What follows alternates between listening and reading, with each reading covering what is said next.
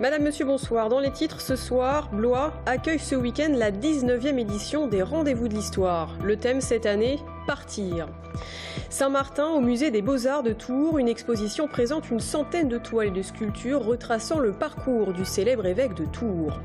Et puis ce dimanche, les fans de cyclisme pourront venir encourager leur sprinter favori sur le Paris-Tours, arrivée prévue à 16h30. Plus de peur que de mal ce matin au lycée Victor Laloux à Tours. Pendant la récréation de 10h30, un élève a sorti une bombe lacrymogène devant l'établissement. Une cinquantaine de lycéens ont été en contact avec les projections. 17 ont été incommodés, 3 ont été transportés au CHU de Trousseau. Ils souffrent de picotements aux yeux ou d'irritation à la gorge sans gravité. D'après les premiers témoignages, une bagarre aurait éclaté devant le lycée et un jeune a sorti une bombe lacrymogène. Un incident qui a nécessité le déploiement d'une quarantaine de pompiers sur place, ainsi que la police nationale et municipale. C'est l'un des événements de ce week-end, les 19e rendez-vous de l'histoire à Blois. Au programme conférences, table ronde et projections avec des journalistes, des historiens et des politiques. C'est d'ailleurs Najat Vallaud-Belkacem qui a inauguré cette 19e édition ce matin. La ministre de l'Éducation qui, comme vous le voyez, est une habituée de ces rendez-vous de l'histoire et qui a été accueillie chaleureusement par le maire de Blois, Marc Gricourt, ainsi que par le président de région, François Bonneau.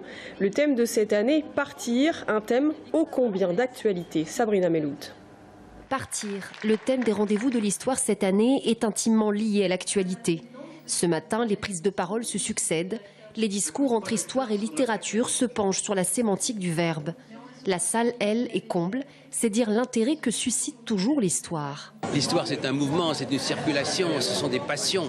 Partir évoque le pire de l'humanité, les arrachements des collectivités, les malheurs sur les routes, les religions qui oppriment, et les croisades. Mais en même temps, c'est aussi le rêve, c'est aussi l'émotion, c'est aussi l'idée qu'ailleurs c'est très beau. Et éprouver cette type d'émotion, c'est rencontrer en soi-même le ressort d'un mieux, le ressort d'une création, le ressort d'une expérience.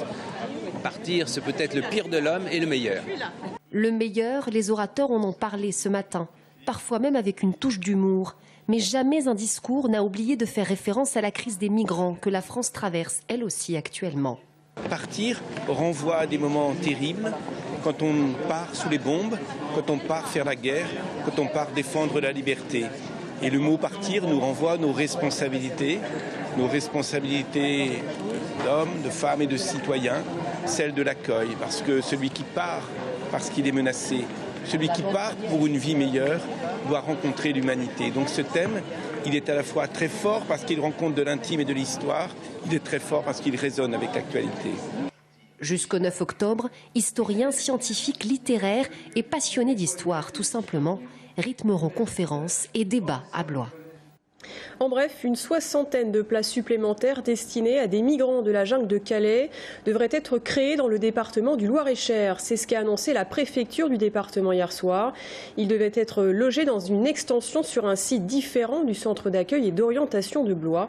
Ce dernier compte actuellement 50 places. En revanche, le projet de centre d'accueil et de demandeurs d'asile envisagé à Salbris, lui, ne participera pas au démantèlement de la jungle, a précisé la préfecture.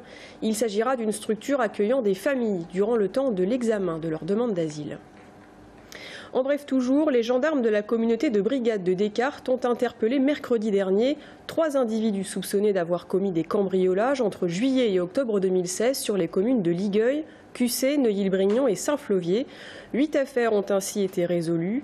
Les 3 personnes interpellées, dont un mineur, avaient notamment fracturé à 2 reprises le supermarché de Ligueuil.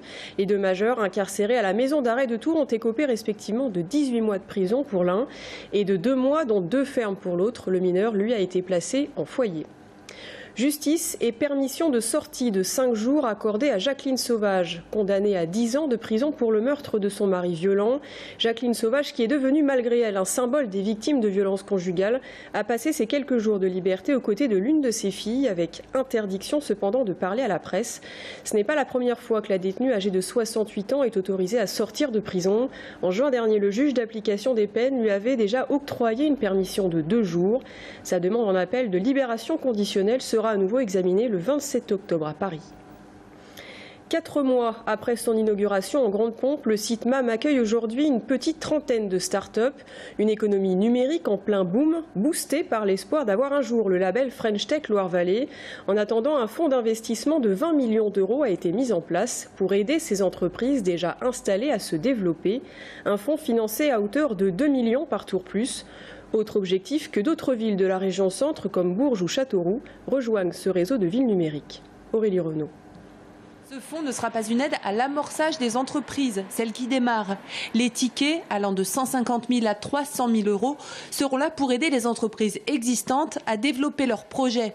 Le fonds va permettre de suppléer, si on peut dire, cette carence financière et permettre aux entreprises, à partir de cet apport, qui est finalement une intervention dans le capital de l'entreprise, d'aller voir d'autres financeurs pour un effet démultiplicateur.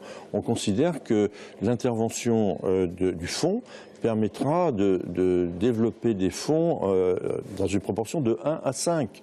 Et donc ça permet immédiatement à ces entreprises qui deviennent de taille moyenne de passer au niveau supérieur de développement. Ce fonds d'investissement est alimenté entre autres par les collectivités. 2 millions pour Tour Plus, 2 millions pour l'agglomération orléanaise, 2 millions pour le conseil régional, 1 million pour les fonds européens. Le reste provenant d'entreprises privées dans le secteur de la banque, des assurances et de l'industrie. Au total, ce fonds d'investissement atteint les 20 millions d'euros. Ça concerne évidemment les sociétés du numérique, du web, mais aussi toutes celles qui ont des process innovants, par exemple dans le domaine médical à Tours, dans le domaine cosmétique dans l'Orléanais, bref, et puis dans le domaine agricole, par exemple, parce qu'il y a beaucoup d'initiatives dans la région centre dans ces domaines. Eh bien, ce sont ces entreprises-là qui sont les futures entreprises de taille intermédiaire qui ont besoin d'être soutenues financièrement, et c'est elles vers lesquelles convergeront les premiers investissements. Les premiers dossiers candidats à une aide via ce fonds d'investissement devraient arriver début 2017. Le bal des politiques se poursuit en Touraine. Après Jean-Vincent Placé hier, c'est au tour d'Audrey Azoulay. Invitée par le député socialiste Jean-Patrick Gille, la ministre de la Culture et de la Communication a visité aujourd'hui le nouveau centre de création contemporaine Olivier Debré, mais également les pôles des arts urbains de l'Agglo de Tours à Saint-Pierre-des-Corps, avant de rencontrer les intermittents au théâtre Olympia.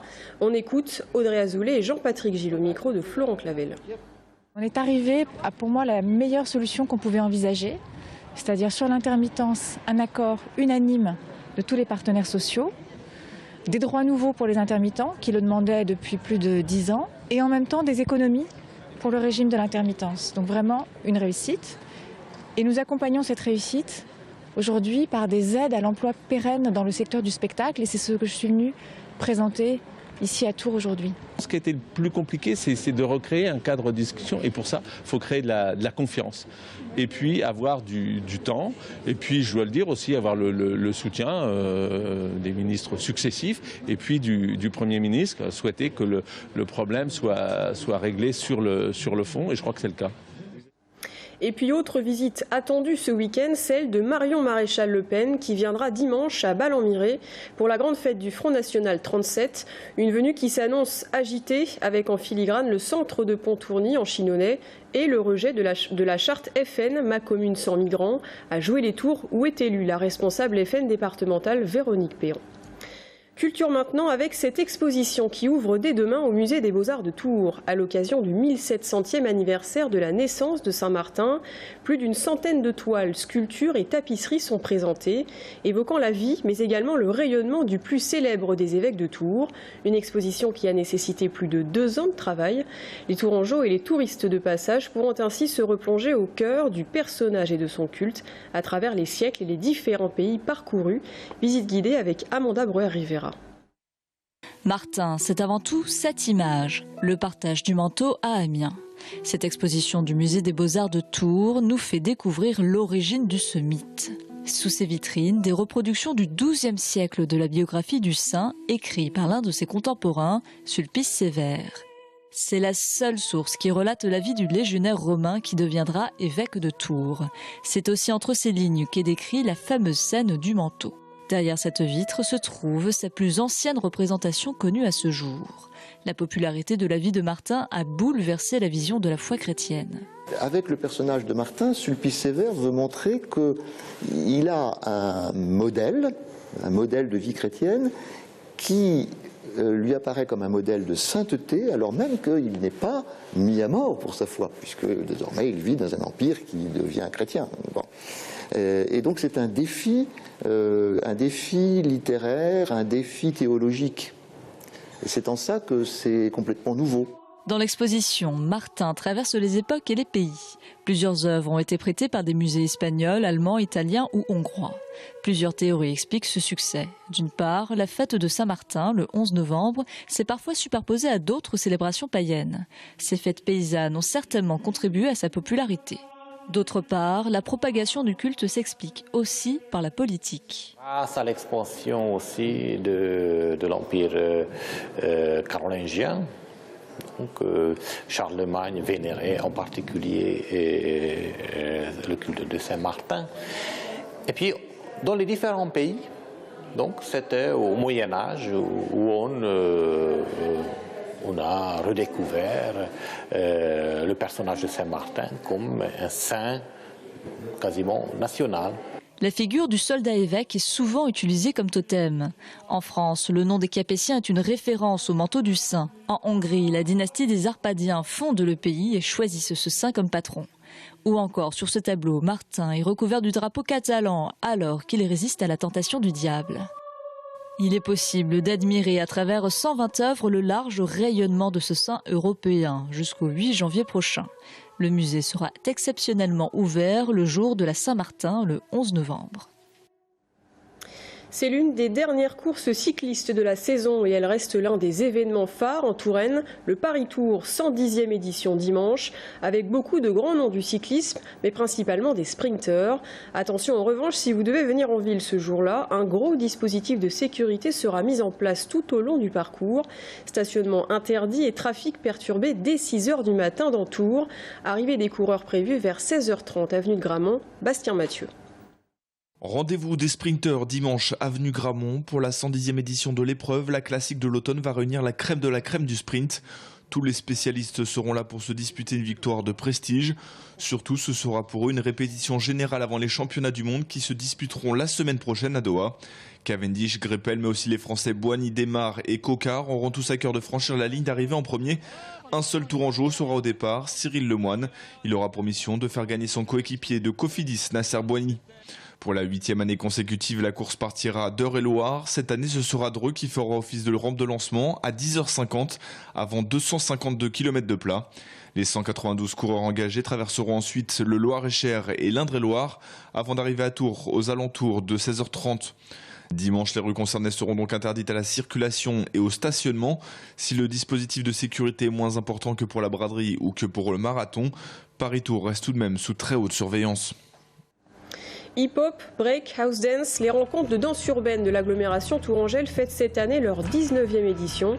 Toute la semaine, les Tourangeaux ont pu découvrir des spectacles, des concerts ou participer à des ateliers. Ce week-end, encore 2 temps forts à ne pas manquer. On en parle dans un instant avec notre invité Abder Zakoumi, chorégraphe et coordinateur de l'événement. A tout de suite.